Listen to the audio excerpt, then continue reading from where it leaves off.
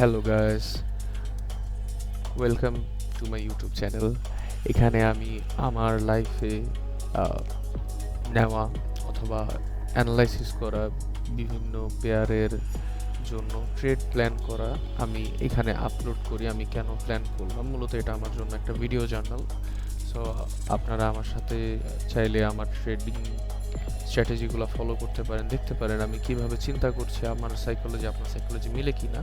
But basically এই চ্যানেলটাতে আমি নিজের জন্য আমার অ্যানালাইসিসগুলো আমি আপলোড করে রাখি, যেন আমি পরবর্তীতে রিভিউ করতে পারি। আশা করি আপনাদের আমার অ্যানালাইসিসগুলো ভালো লাগবে, এবং যদি আপনাদেরও কোনো কনসেপ্ট থাকে অথবা যদি আপনারা ভাবেন যে এর মধ্যে কিছু ইমপ্রুভমেন্ট করা যায়, তাহলে অবশ্যই আমাকে কমেন্ট সেকশনে জানাবেন এবং লাইক এবং শেয়ার দিয়ে আমাকে সাপোর্ট করবেন। আচ্ছা, তো আমরা আপাতত ট্রেডে ফিরি। এখানে আমি সিলভারের মার্কেটের অ্যানালাইসিস করতেছি। সিলভারের মার্কেট রিসেন্টলি বেশ ভালো ফল করেছিল। ফল করার পরে ফলটা আমি আপনাদেরকে আগে দেখায় নিই। ফল মানে হিউজ একটা ফল করেছে। $117 $18 থেকে ফল করে $71 চলে এসেছিল মনে হয় 2 দিনের মধ্যে। এটা 30 তারিখ থেকে 2 তারিখ মানে 30 আর 2 মানে শুক্রবার এবং সোমবার, এই 2 দিন। ঠিক আছে, সো এখন আমরা এটাতে চলে আসি। এই ফলের পরে মার্কেট এখানে 0.3 রিট্রেসমেন্ট নিয়ে আবার ফল করেছে। এখানে এটুকের কনসেপ্ট আমি বাদ দিই, আমি জাস্ট বেসিক্যালি যেটা এখানে বোঝানোর জন্য আমি এসেছি আমি সেটা বুঝি। মার্কেটের এই বড় সুইং, এই সুইং অ্যাটলিস্ট ধরি আমরা একটা সুইং মার্কেট বানাইছে লং টাইমের জন্য, তার কোনো প্রপার রিট্রেসমেন্ট নাই। আমি শুধু এই রিট্রেসমেন্টটা ধরার জন্যই ট্রেডটা নিয়েছিলাম। রিট্রেসমেন্ট এখানে কি হবে, আপের মার্কেটে ডাউনের রিট্রেসমেন্ট নেবে, তো আমি সেলের জন্য ট্রেড প্রেস করবো। এখান থেকে ট্রেডের জন্য, সেলের জন্য আমি অপরচুনিটি খুঁজবো। Concept clear? আমি এখানে সেল করব, বাই করব না। এখন আপনাদের কোশ্চেন আসতে পারে কেন বাই করব না, সেল করব। বাইং মার্কেটে কতটুক বাই হবে আমি জানি না, কিন্তু বাইং মার্কেটে সেল আসবে আমি এটা শিওর জানি, এই কারণেই আমি সেল করব। এটাই আমার থিওরি। এখন আসি যে কোথা থেকে আমি সেল করব বুঝলাম, কিন্তু কোথা থেকে করব এটা একটা বড় কোশ্চেন, এবং বুঝতে হবে যে কোথা থেকে করলে আমার জন্য প্রফিট বেশি হবে, কতটুক করব, টার্গেট কতটুক রাখবো, তাই না?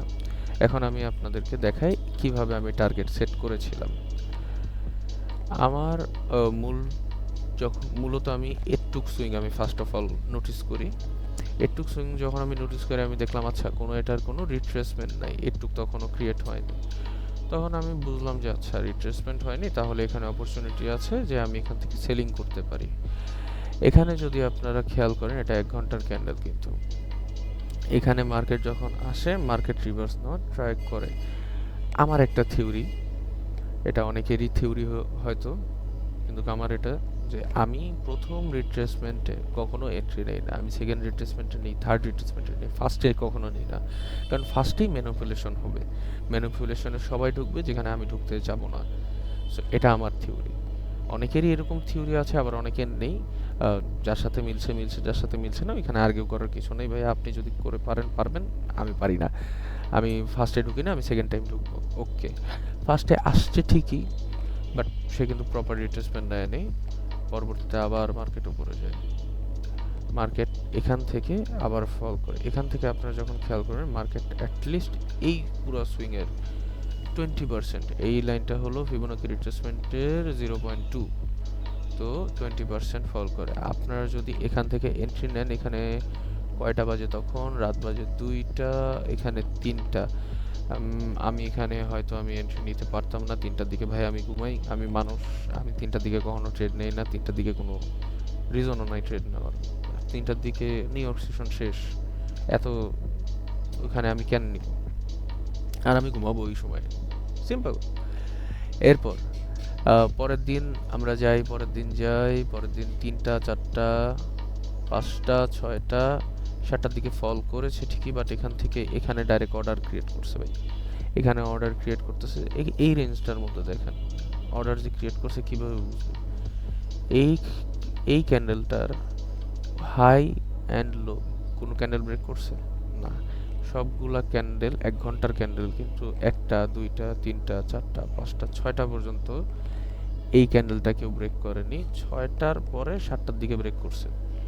ব্রেক করছে ঠিক আছে, কিন্তু এখন এই ব্রেক দেখে কি আমি এন্ট্রি নিতে পারি?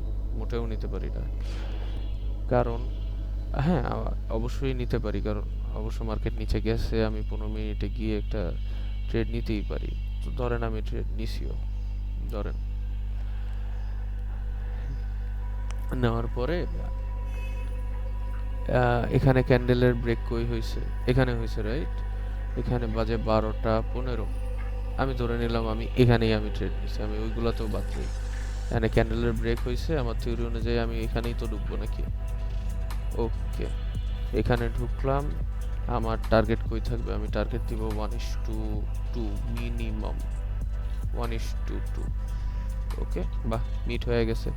আমারও এখানে মিট হয়েছিল, কিন্তু আমি অ্যাকচুয়ালি এখানে কোনো টার্গেট সেট করি না।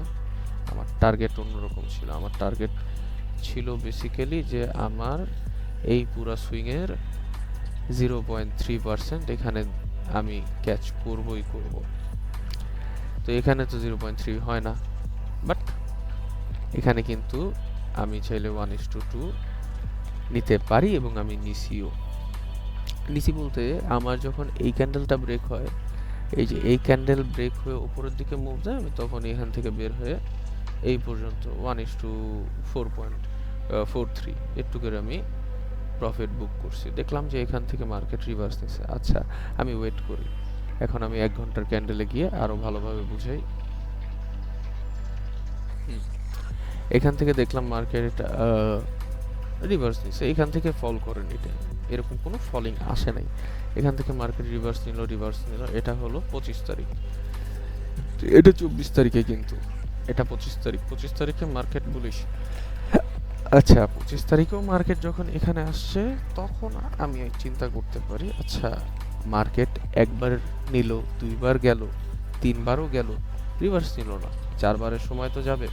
যেহেতু এখানে মার্কেট লিকুইডিটি সুইপ করতে করতে উপরে যাচ্ছে, ফল তো করতেই হবে। এত বড় সুইং এর 0.3%, 30% তো অ্যাটলিস্ট তো তার নামতেই হবেই। তো হলো না, অসুবিধা নেই। এখানে যখন আসলো তখন আমি অনেক কনফিডেন্ট যে আচ্ছা, একবার আসে নাই, দুইবার আসে নাই, তিনবার আসে নাই, 4বারের বার অবশ্যই আসবে। আচ্ছা, আমি তখন এখান থেকে গিয়ে সেশন আর ক্যান্ডেলের কনফার্মেশনের অপেক্ষায়। এখানে লিকুইডিটি সুইপ ঘটছে, এই যে এখানে লিকুইডিটি সুইপ, এটা মানে এত ছোটভাবে ঘটছে আমি দেখাইতে পারতেছি না আপনাদের। লিকুইডিটি সুইপ ঘটছে, মার্কেট এই হাইয়ের এই হাই ব্রেক করছে, লিকুইডিটি নিছে, এখানে ক্যান্ডেল রিভার্স নিছে। ওকে, আমি বোঝানোর চেষ্টা করছি। এটা বাজে রাত 2টা, আমি এখানে ট্রেড নিব না ভাই। রাত 2টার দিকে বললাম কি, আমি ঘুমাই, ঘুম আগে, যা খুশি হয়ে যাক ভাই, ঘুম আগে। এখানে ট্রেড নেওয়া, ট্রেডে ঢোকাই পসিবল না আমার পক্ষে। আমি হয়তো হয়তো 26 তারিখে গিয়ে এদিকে এখানে এন্ট্রি নিতে পারি, তাও আমি হয়তো নিব না। বাট এটা আমার জন্য আইডিয়াল এন্ট্রি পয়েন্ট হয়নি তখন আর। রাত বাজে 2টা, আমার জন্য আইডিয়াল না। পরবর্তীতে আপনারা দেখেন মার্কেট এখান থেকে আবার আপে মুভ নেওয়া শুরু করছে। আমি ভাবছিলাম আমি এখানে মিস করব, বাট মার্কেট আপে মুভ নিছে। 28 তারিখ, সপ্তাহের শেষ দিন, ফেব্রুয়ারির লাস্ট ডে, শুক্রবার। তো মার্কেট অফ, সব কিছু ঠিক। পরের সপ্তাহে মানে মার্চ মাসে, এই মাসের শুরুর দিকের প্রথম সোমবার যেদিন মার্কেট ওপেন হয়, মার্কেট কি করলো? মার্কেট উপরে গেল, এটা সকাল 5টার দিকে। সিডনি সেশন, টোকিও সেশন শেষ। এখন মার্কেট 1টা বাজে, 2টার দিকে ক্যান্ডেলের ব্রেক দিল। এখানে যদি দেখেন 1 ঘন্টার ক্যান্ডেলে মার্কেট কিন্তু এখানে লিকুইডিটি সুইপ করছে। অলরেডি মার্কেট কিন্তু অনেকবার এরকম লিকুইডিটি সুইপ করতে করতে আপে তো ঠিকই গেছে কিন্তু একবারও রিট্রেসমেন্ট নেয়নি, আমি রিট্রেসমেন্টের অপেক্ষায়। এখানে আমি এন্ট্রি নিব, আমি এন্ট্রির সুযোগ পেয়েছি। এন্ট্রি কোথায় নিব আমি এখন এটা বলি। এন্ট্রি নিব আমি এখানে, এই ক্যান্ডেলের এন্ডে। বেসিক্যালি এই ক্যান্ডেলের প্রিভিয়াস ক্যান্ডেলের আমি সেলের জন্য, তো সেল হয়েছে ঠিকই, বাট আমার কথা হলো সেল হতে হবে এই ক্যান্ডেলটার নিচে বডি দিয়ে সেলিং ক্যান্ডেল ক্লোজ করতে হবে, তাছাড়া আমি সেল করব না। তো আমার এখানে কনফার্মেশন মিলছে, আমি এখানে এসএল দিছি এই পর্যন্ত, আমি এই হাই দিইনি সেফটির জন্য, এই কারণ মার্কেট হয়তো এখান থেকে আবার রিভার্স নিয়ে এই হাই ব্রেক করতেই পারে। মার্কেট আমার বাপদাদার না, আপনারও না, মার্কেট নিজের নিয়মেই চলে। মার্কেটের অনেক নিয়ম করতে করতে শিখা গেছি ভাই, এই কারণে মাথায় আসে যে আচ্ছা এরকম হইতেই পারে, মাইনা নিছি। আপনারাও মাইনা নিবেন আশা করি। তো এই কারণে আমি উপরে দিছিলাম যে আচ্ছা যদি আমার এসএল হিট হয়ে যায় তাহলে আমি বুঝবো আচ্ছা মার্কেট লিকুইডিটি সুইপ করছে, পরে আমি আবার ক্যান্ডেলের কনফার্মেশন অপেক্ষা করব নিচে ট্রেড নেওয়ার জন্য। ভাই মার্কেট নিচে আসতেই হবে, কারণ ও যত বড় সুইং ক্রিয়েট করছে অতটুকু অ্যাটলিস্ট ও রিট্রেসমেন্ট তো নিবে, ও রিট্রেসমেন্ট নিতাছেই না, তার মানে আমিও নাসরবান্দা, আমিও ছাড়বো না। এখন এখান থেকে আপনারা দেখেন the beauty of waiting for this long period of time. আপনারা শুধু দেখবেন, হ্যাঁ এখানেও কিন্তু আপনারা ভাবতে পারেন ভাই এখান থেকে কেন আপনার ট্রেড অফ করেননি, কারণ এই ক্যান্ডেলটা ব্রেক করে না এখনো, মার্কেট আসছে নিচে। দেখেন ওই 0.3 টার্গেট মিট হয়েছে 10 গুণ।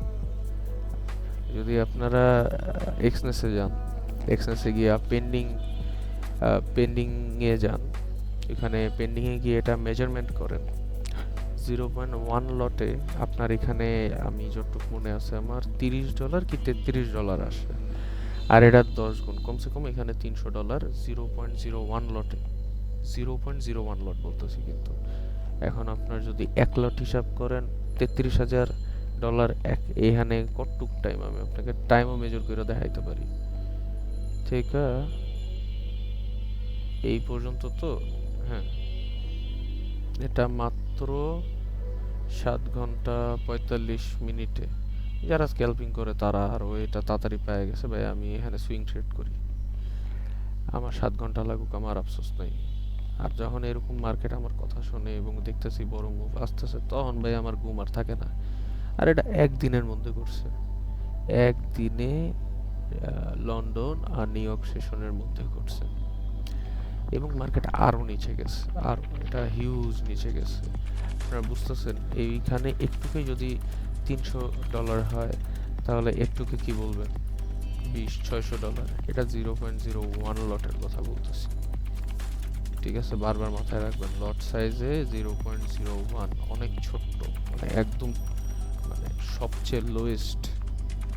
তাহলে চিন্তা করেন যারা এখানে 0.1 লটে ট্রেড করছে, যারা 0.1 লটে ট্রেড করছে তাদেরটা চিন্তা করেন, যারা 1 লটে ট্রেড করছে তাদেরটা চিন্তা করেন, আর যারা এখানে 10 লটে ট্রেড করছে তাদেরটা চিন্তা করেন। তাইলেই বুঝবেন যে ট্রেডিংয়ে একদিনে কীভাবে কোটিপতি হওয়া যায়। আশা করি সবাই বুঝছেন। আমার টার্গেট ছিল ভাই আমার পুরো সুইংয়ের 30%, আমি 30% মিট করতে পারছি। পরে যখন আমি আবার ট্রেলও করছি, আমার ফাইনাল টার্গেট এখানে ছিল 4 ঘন্টার বেসিস আমি নিছিলাম, তো সরি 4 ঘন্টার বেসিসে আমার মূল টার্গেট ছিল এই বরাবর এখানে। তো আমি অ্যাটলিস্ট এই পর্যন্ত আমি প্ল্যান করে রাখছিলাম, আমার প্ল্যানিং মিলছে, আমি বাদ বাকিটা এক্সট্রা কামাইছি। আশা করি আপনারাও কামাইছেন এবং কামাবেন। যদি না জেনে থাকেন, যদি আমার ভিডিও হেল্পফুল হয় লাইক কমেন্ট শেয়ার করবেন, আর যদি হেল্পফুল না হয় তারপর লাইক কমেন্ট শেয়ার করবেন। ভাই নতুন চ্যানেল একটু হেল্প করেন গ্রো করতে, ঠিক আছে? রোজার মাস, সবাই রোজা রাখবেন, নামাজ পড়বেন, দোয়া করবেন সবার জন্য, আপনার জন্য দোয়া করব আমি, আপনারাও আমার জন্য দোয়া করবেন। ভালো থাকবেন, সুস্থ থাকবেন, আল্লাহ হাফেজ।